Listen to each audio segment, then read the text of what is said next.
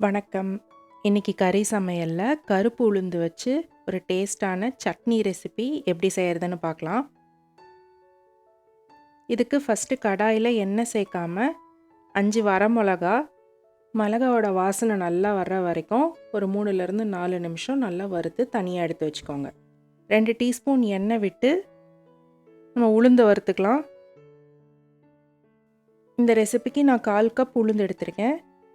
Medium ஹீட்லேயே லைட்டாக golden colour ஆகிற வரைக்கும் வறுத்துக்கோங்க. அதுலேயே கருவேப்பிலை ஒரு கொத்து சேர்த்து ரோஸ்ட் பண்ணிக்கோங்க.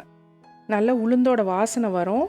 இந்த டைமில் கொஞ்சம் நேரம் ஆற வச்சுக்கலாம். இப்போது மிக்ஸி ஜாரில் துருவின தேங்காய் 1/2 கப், புளி ஒரு 1/2 டீஸ்பூன் அளவுக்கு, வெல்லம் 1/2 டீஸ்பூன் அளவுக்கு.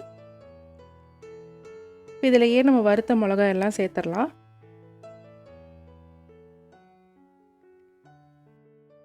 உளுந்து பாருங்கள், நல்லா கோல்டன் கலரில் இந்த மாதிரி இருக்கணும்.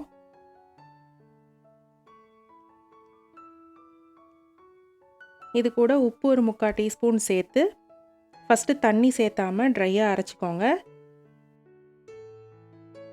அப்புறமா ஒரு 1/4 கப் தண்ணி விட்டு இந்த மாதிரி அரைச்சி எடுத்துக்கோங்க. ரொம்ப ரொம்ப டேஸ்டான ரெசிபி. இதை தாளிக்க தேவையில்லை, ஈஸியாக செஞ்சிடலாம். செஞ்சு பார்த்துட்டு எப்படி இருந்ததுன்னு கமெண்ட்டில் சொல்லுங்கள். பிடிச்சிருந்தால் லைக் பண்ணுங்கள், மறக்காமல் சப்ஸ்கிரைப் பண்ணுங்கள். நன்றி.